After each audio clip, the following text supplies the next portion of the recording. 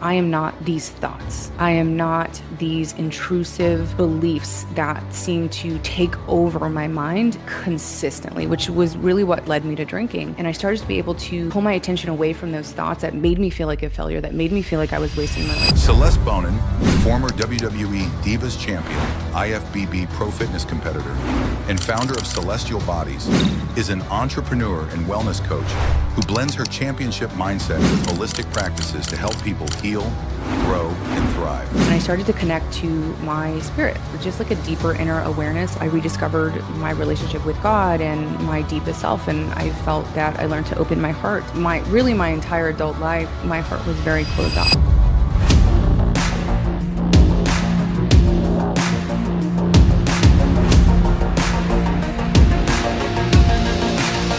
What's up, everybody? This is Ryan Van Ornum, and back with another edition of Scaling Up Success podcast. Today, powered by Synergist, your scalable operations company that helps you grow exponentially faster at a fraction of the cost. So today, I have a very special guest, a friend of mine, Celeste Bonin. How are you today?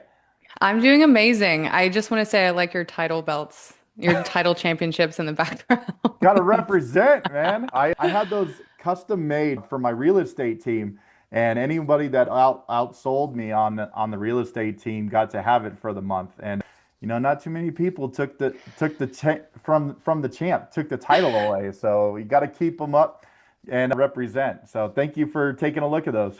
Yeah, it's a good way to incentivize, right? When I first got into the world of pro wrestling, I didn't know anything about it. I was a super green in terms of the industry and the terminology. And so many people corrected me before the wrong person heard me call a championship title a belt. And there was like a big discrepancy. Don't call it a belt, call it a title. Keep the prestige. Exactly.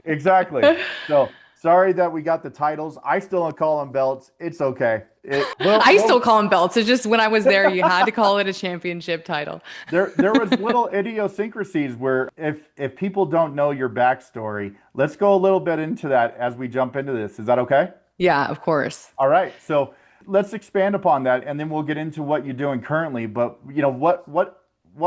where's that story come from? Where's your background in? So I'm 38 now. When I was 23, I got the once in a lifetime opportunity to try out for the WWE. I was, as you can imagine, 23, I was still figuring my life out. I had spent a few years starting from the age of 19 doing competitive fitness and bodybuilding competitions. I was in school and I was just trying to figure out what I wanted to do with my life. I was studying like liberal arts. I was just kind of like, just like anybody young trying to figure out what they want to do with life. And I got this opportunity through a mutual connection who had some ties to WWE and was actually a previous talent. And he said, if you're interested, you have the look, you're strong, you're into fitness, I think you could do well in the WWE. So I submitted a little bio about myself, some photos, and I got the opportunity to fly out to Tampa, which is where the developmental center was at that time in 2010. Mm-hmm. And I had a great tryout, didn't know what I was doing, but I tried my hardest. At that time, WWE was still hiring women primarily just based on look, raw potential, ability to talk on the microphone. So I kind of checked all the boxes. I took a creative risk in some of my endeavors. We had to do a 1-minute promo, and I did something a little bit outside the box. And it's funny. So I'm going to stop. This is just funny.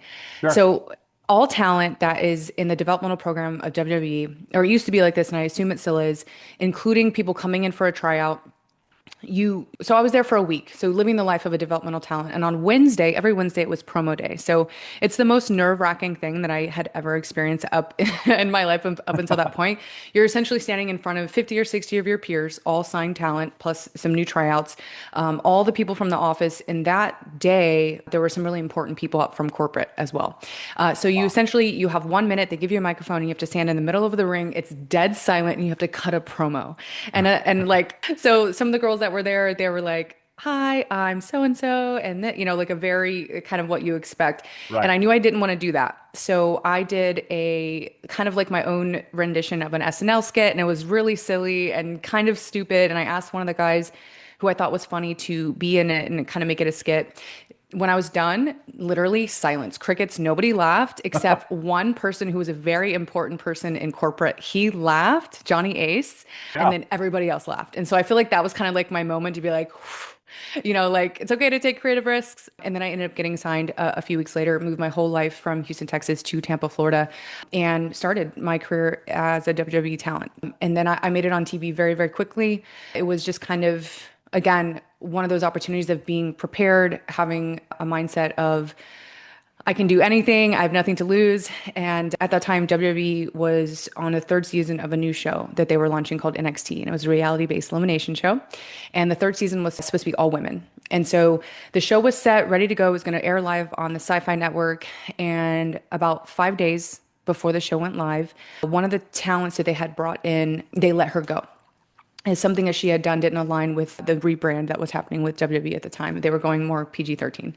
And so I was next up. And they said, hey, I got a call from the office and they said, hey, kid, you're up. You're going to debut on NXT. And it was going to be like, it was a Friday and the NXT was going to air following Tuesday. So that's how I started. I wrestled the very first time ever. I hadn't had time to develop a character. I didn't know anything about the industry. I didn't know anything about in-ring performance. And I wrestled the very first time on live television on this reality-based elimination show. And by the grace of God and some lucky breaks and just, I think my mindset and attitude at that time, I ended up winning that show and getting a spot on the main roster. Wow, that's incredible. I still remember watching you back in the day. It's really cool to see how far you came and in your role in that. It was amazing to see your progression and stuff like that. Really cool stuff. So Thank you. absolutely. So as you've now, you still go back every once in a while. I've seen you kind of appear back on WWE television, but what are you doing now? Like, I know your backstory, but tell the audience, what are you doing now? So just to rewind a little bit, I ended up wrestling for the WWE for 4 years. I won the women's championship title in 2013 in Houston, Texas, my hometown at the Toyota Wow, Center. that's cool. It was like a really dream moment, right? It was in front of my friends and family, and I was a lifetime babyface. So I was a lifetime good guy on during my wrestling career. And typically, when you're a good guy in your hometown, you never win a match because it's a good opportunity for the storyline for people to essentially be mad at the bad guy, right? To get heat towards the bad guy, and so I didn't expect to win. I did. I won the title. Really, it was a career defining moment. It was a huge milestone in my life. And essentially, I was still pretty young at that time. When I got the title, it didn't fulfill me in the way that I thought, right? Mhm. I went on this uphill journey of starting out with zero experience, making it on TV in this whirlwind opportunity, and then learning on the road as I went and just trying to develop myself, prove myself as a real talent, someone that could perform in ring, someone that could connect to the audience and win people over. And I finished out my first contract, which was 3 years. I got signed again for a new contract. They renewed my contract. I ended up holding the title for about 5 months. And again, during that time, WWE was again going through more changes and they were introducing Total Divas, which was Mhm. a new reality show from the E Network. And there were so many changes in the women's division. And so when I lost the title, to my best friend at that time, AJ Lee. We had an amazing feud. I kind of fell into the background and I wasn't on TV as much anymore. And I was struggling a lot with mental health, emotional issues, a lot of chronic pain, and a lot of the experience from being in that crazy fast paced, super high adrenaline lifestyle started to affect me. And I was very, very young. I didn't have tools to process what I was going through. I didn't know how to talk to anybody about it. So I was really suffering behind the scenes. I was gaining a ton of weight. I got to the point where the office had told me multiple times that I needed to lose weight. For reference, I'm about 135, 140 pounds now, and I had gotten up to 170, which was pretty high for me. So my body was expressing the dysfunction that was happening inside. And so I was afraid that I was going to be released. And I went through a series of things that were very disappointing in my career. And again, just really struggling internally. So I asked for my release with 2 years left on my contract because I just didn't know if that career was aligned for me. And again, I was just struggling and I needed help. And I knew I couldn't continue living that super fast paced lifestyle. We were on the road 300 days a year. So Crazy. it was like a lot of times when I talk about wrestling, kind of like the behind the scenes stuff, most people don't know this. It's not really that yes, you get beat up in the ring, right? You're taught to protect your own body, protect your opponent's body, and to be as safe as possible. But it beats you up a little bit. But the what really beat me up mentally, physically, and emotionally was the travel. It was Yeah. just very, very difficult lifestyle. I got to see the world. I've been to 6 continents, but it really took a toll on me. And again, being so young, I just didn't have the resources and I didn't know who to talk to about what I was going through. So I left the company and I was engaged at the time to my first husband. I've been married and divorced twice. I was engaged to my first husband. And I didn't fully know what I wanted to do, but I knew I wanted to start my own brand, go into business, and build something of my own, and Mhm. really use the momentum that I had gained from being on television, on social media, etc.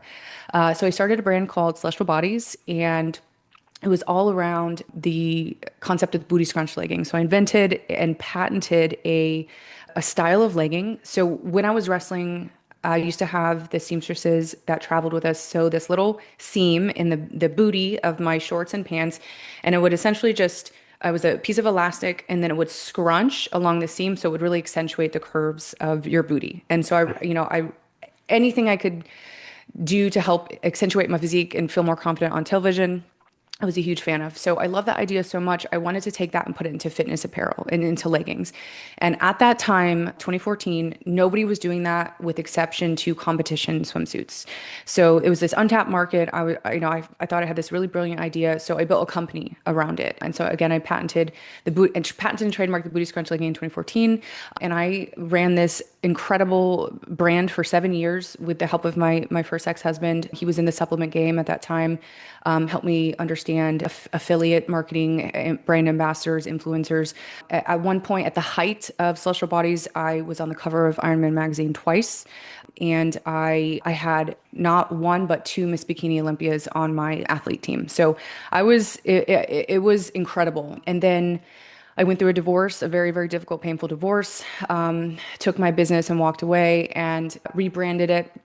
And I was still very much struggling in the same way that I was struggling when I left WWE. What I had built didn't feel aligned. I was struggling internally. Essentially, I just hadn't dealt with what I was going through when I left WWE. It was just kind Mhm. of masked by other things, this new business, this new excitement, a new marriage, completely rebuilding a life, a new identity. And I was running from it. And it caught up with me. And in 2020, I ended up having the worst year I've ever had in business with Social Bodies. I had to let go a lot of my team, my employees, and I was just really struggling. I didn't know what to do. I didn't at that point have that business experience to know who could help me or what the next move was. And so eventually in 2021, I had to close the doors to Social Bodies. And then I started coaching in 2021. My second husband, we're married and divorced now.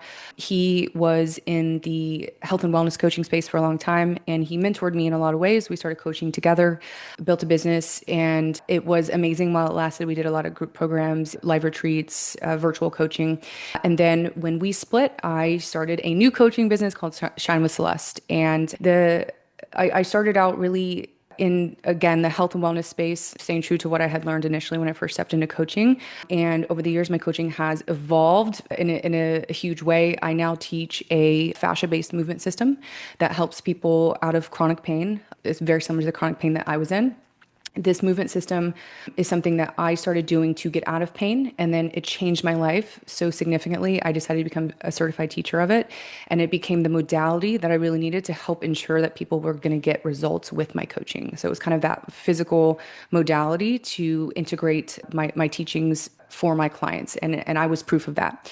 And so this year, 2025, my coaching has evolved again. So still teaching a body-based or a fascia-based movement system that helps people out of chronic pain, elevates posture, reshapes the body, reshapes the natural curvature, or realigns the spine to its natural curvature, helps with compensations from acute injury or compensations over time from bad posture, or, holding on to a lot of emotional pain that can really disrupt the body. So it helps liberate people from the inside out. And I use that as the physical modality to help people step into influence, to learn how to speak, how to hold their body, how to really embody their brand.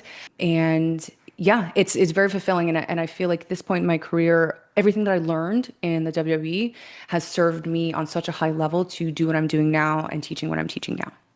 I I was just gonna ask that, like, you've had such this amazing journey, like ups and downs and trials and tribulations, but like, what do you find that you're most proud of throughout that journey? You know, is it finding yourself? Like what things that you find are like, man, I just like stick a pin in it. Yeah, that's what I believe in the most.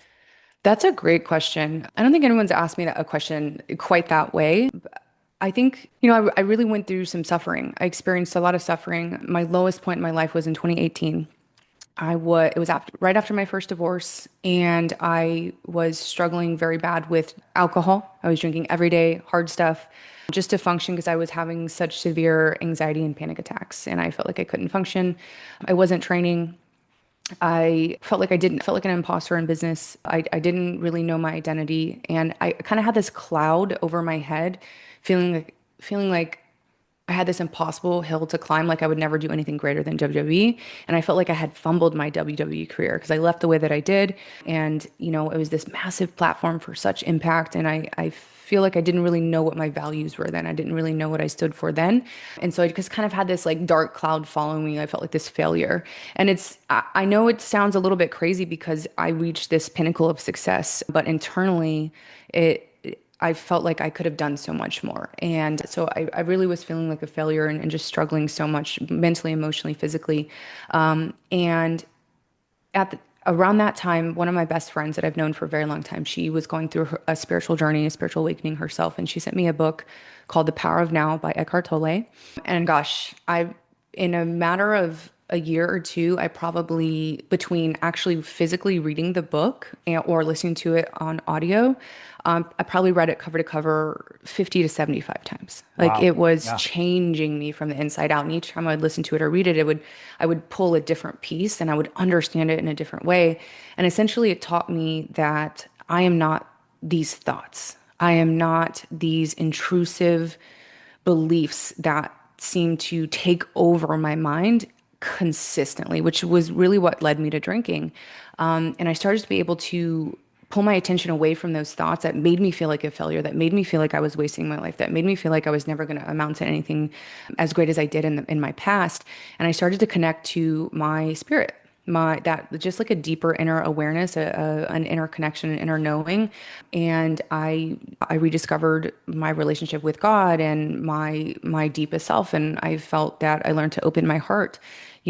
Before this period of time, my entire adult life, leading up until 2018, 2019, my heart was very closed off. I was very guarded. I had experienced a lot of pain in my life, just like most people. And so I walked through life very closed off. And when you close yourself off from, when you close yourself off in order to not experience more pain, you also close yourself off to the joy of living, to experiencing purpose and fulfillment and real joy and real connection. And when I started to pull myself out of just fully living in my head and experiencing more of a visceral existence, like being more awake and present in my body, even though it was very painful at times because I was dealing with a lot of chronic pain and it made me not want to feel present in my body, but really sitting with everything that my body was holding on to.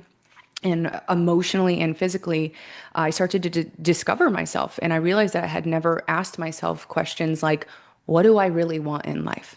Like, what does that look like? What does that feel like? And it kind of blew my mind to realize that I was just living this story that I thought I was supposed to live. Like, this is just what life looks like. These are the things that you do. This is how you act. This is how you don't act. Instead of really asking myself, like, who am I? What do I want? What do I want to talk about? Like, what is my legacy and what is my impact? And ever since I was able to open my heart in that way and access a deeper part of myself, it has been my guiding light and my North Star. So I know that no matter what happens in my life, whether it's an incredible success or a tragedy, that I have this infinite source within me that I can always return to. And I think the most significant thing about my journey is this home that I've built within myself that is just no longer affected by the things that happen outside of me. And it gives me this idea of more control and also at the same time this idea of surrender. So it's kind of this paradox. And I don't think that everybody, your listeners or whoever would be listening to this, I don't know if everybody resonates with the idea of God, but I think that everybody can resonate with the idea of a deep deep aspect of self, that inner world, because we all experience that in some form or another. And so uncovering that has been my greatest success in my life. That is phenomenal. And I love that you just expressed that in such an eloquent way to be able to, you know, people that are listening can really take what you said and, you know, internalize it for themselves. It's really amazing. Thank you for sharing such a powerful story. One of the questions that I have is when you're coaching other people, how do you get them to like help understand that a lot of stuff is less extrinsic and more intrinsic in nature that's going to drive them to be like find that discipline, that motivation to keep going? I think, well, so everybody's different, right? Everybody is on their own redemption arc, right? Like we Hmm. all have different details that happen in our life that create our story and create our turmoil and our pain.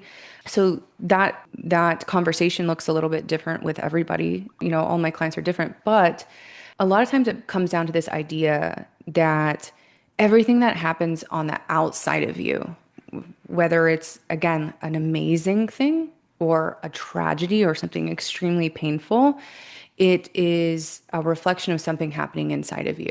And again, like I say that in different ways to different people, depending on how it would land with them based on their experience. But I know this to be true for myself. And a lot of times I use my own anecdotes and it's just stories about my own life that anytime there's been major dysfunction in my life, whether it's like my health or relationships. Again, like I've been through two divorces, like I've experienced really this massive spectrum of pain in relationships. And we'll just focus on that.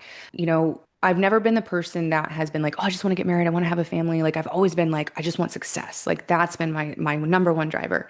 But love and relationships is one of my is so close to my heart, and I didn't really know that for a long time, and I think that's why I fumbled so many relationships in the way that I did, and not just romantic friendships and family relationships. But when my life was really falling apart in 2018, 2019, I started to look at what was happening in my relationships and realizing that a lot of my own behavior and the way that I was choosing to see things was affecting the quality of my relationships and causing me a lot of pain. And so it was this level of self-responsibility. And it's not like you have to take all this responsibility. It's like, it's actually like a really powerful thought that if you can see yourself through the dynamics that are happening in your life and in your relationships, in your business, in your health, and you can notice a pattern, or you can notice like, hey, this is reflecting something to me. This is something that actually lives in me internally. And until I address that, nothing will change on the outside. So instead of it being this like, this big lesson about taking responsibility of your own life, it's more like I actually have so much power to change the way things feel in my life, the way people treat me. And it's not always about like the way people treat you and setting boundaries. Sometimes it's about the way you treat other people and not realizing how your body expresses and how your face expresses and your tonality and the way you come Right. at people, you know? So it kind of brings back this deep sense of internal power that, you know, when people are reminded that everything happening outside of you is simply a reflection of something so beautiful on the inside, and it's reflecting something beautiful to you on the outside, or something that's very painful on the inside, so it's reflecting something very painful to you on the outside. I love that. One of the things that, as you were talking through that, was it brought to mind, has your definition of success changed since you found tremendous highs when you were just in your early 20s? And then has your definition of success changed now because of the travels that you went through? Oh yeah. Yes. Yeah, yeah. I was chasing for a really long time. You know, I had mentioned early on in this interview that this conversation that I when I got the title, it did not, it was like, it was an amazing night. And it was just like, it was on such a high. And then like the next day, it was kind of empty because I realized like, man, I was chasing this pinnacle, this apex, like being the representation of the women's division after Hmm. working so hard, especially the way that I started with zero experience, you know, it just kind of being written off. Nobody respected me behind the scenes because I just kind of walked on and had this position. And so I was chasing it, chasing it, chasing it, chasing it, trying to prove myself and trying to prove it to myself that I was worthy of it and that I deserved it.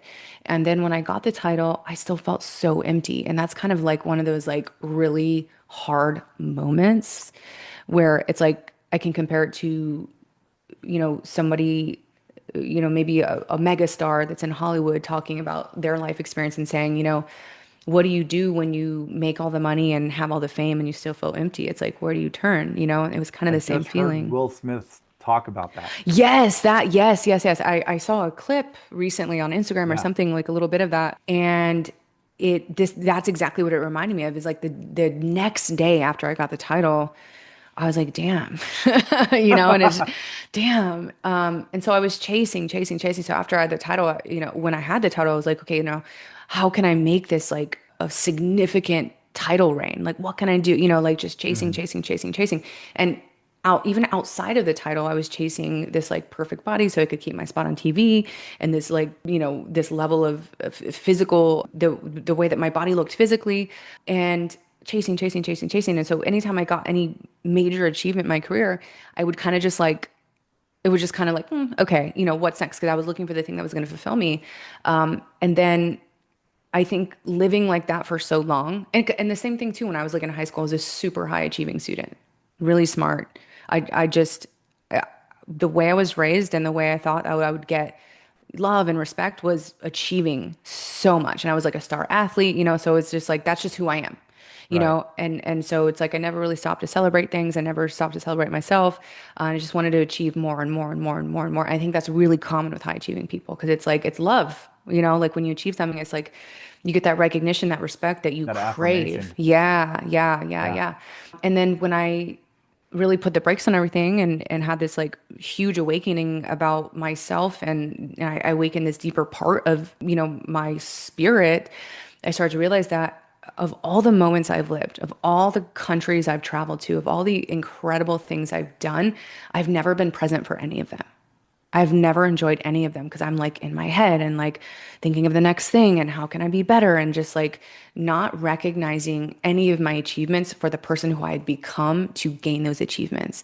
And so everything really slowed down a lot when I started to have this massive life awakening. And I just started to realize that there was this, not this new height, but this new depth to life that I could experience. So it's like I could find meaning and joy and fulfillment and purpose in these small moments that were in between big achievements. And then I realized, like, holy shit, this is actually where life exists, in all of these like lateral moments versus like these super high pinnacle moments, because Right. those are fleeting. So to me now, and even in the way that I work now, right? Like I've worked really hard and, experienced the trough of sorrow as an entrepreneur, and like all the things that you go through. Is I think entrepreneurship is a super spiritual quest. Like you have to dig so deep within yourself to keep showing up even when nothing's changing, no one's recognizing you, no one's hearing what you're saying, just back to the drawing board, back to the drawing board, or repetitions, repetitions, repetitions, and I've been through that, and I'll probably go through that in many other ways in my life as I keep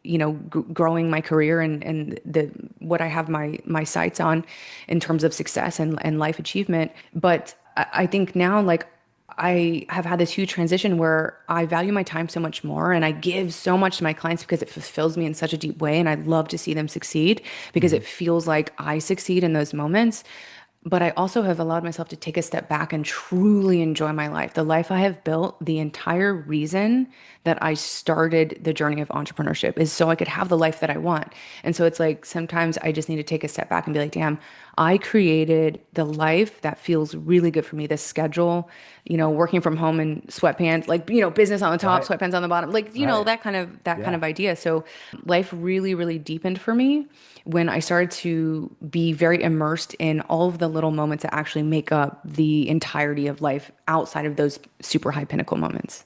I love that. I love that. And one of the things that it made me think is like, all right, so you're on this, you've been building this entrepreneurial empire for, the last, 15 years was what you said. What piece of advice would you go back to give 21-year-old Celeste? Oh, man. I don't think so. At the age of 21, I don't think that I would understand. what I would say to myself from who I am now to that version of myself, but I know that it would plant a seed. And I don't quite know how I would word it, but that is to look inside, just to look inside. And I think at 21, I would have been like, what does that mean? Look inside what? Like, but I think it would start me on this journey a lot earlier of learning who I am and what I value and what makes me happy. And that, you can have the best mentors and you can have, like, I've had these insane mentors in my life, like these crazy high level athletes that have become teachers and mentors. I met so many incredible people during my WWE career. And then in my career as a coach and mentor, and even as a business owner, when I had Celestial Bodies, I met so many incredible people that taught me so much about life, about business, about everything in between. And so you can have the most incredible mentors, but nobody can ever point you in the right direction except yourself. Like that the people that you have the most respect for, you can ask them for advice and you can internalize the advice and digest it and process it, but ultimately it's going to point you towards that inner compass, that North Star. And so it's just look inside. Look inside. I think, and who knows how many years it would have taken me to like understand that, but that's definitely the advice that I would give. That's super powerful, and thank you for sharing that because I mean, it gives that perspective of like the growth that you've had. So thank you for sharing that with everyone. Now, conversely, where do you see yourself in 5 or 10 years? So I think, I want to grow my coaching business. I want to write a book. I want to, speak on a lot of stages. And I don't fully have that. We can have this like incredible vision for life. And when we arrive in that amount of time or to that deadline, it looks so different than what we pictured, right? Because like so many things change and happen, and we change and evolve along the way, and that's the point of it all. But I see myself having the same type of platform that I was given when I was 23 and being able really lead really lead and to really impact and leave a legacy so much greater than what I was able to do when I was 23. And it's like kind of that thing that's super common for people, like, oh, if I just knew what I know now back then, things would be so different, but Right. it's like I needed all of those things that I perceived as failures and shortcomings in that career to then step away from the spotlight and work on myself relentlessly to really kind of see the truth of myself and my life and really what is my purpose. So I see myself on having a platform as big or bigger than the one I was given the opportunity to have when I was 23, but again, really leading from a deep sense of my own self-worth and my message and really being able to impact people in a deep way. This has been such a powerful conversation, and I've enjoyed it thoroughly, and I thank you so much for coming on. If Man, I wish I could talk to you for hours and hours because you have this spirit about you that just you have this magnetic aura about you that people want to be around you. And I'm just grateful for the opportunity to actually have a conversation with you. So thank you so much for coming on today. Thank you. Yeah, thank you for having me. Great conversation. Super good conversation. Yeah, you're a great host. Well, thank you. And if people are interested in your coaching services and what you do as a whole, how can they get a hold of you? So in terms of social media, I'm primarily on Instagram and it's my name, Celeste Bonin. And then and you can find really links to everything that I'm involved in, my coaching, partnerships, projects. And if you want to go directly to my website, it's shinewithceleste.com. Perfect. Awesome. Celeste, such a pleasure, such an honor to have you on the Scaling Up Success podcast today. Thank you so much. Thank you, Ryan. I appreciate you. Absolutely. Once again, Ryan Van Ornum with the Scaling Up Success podcast powered by Synergist. Thank you everyone for tuning in and taking a listen or taking a watch to our podcast today. Have a wonderful day.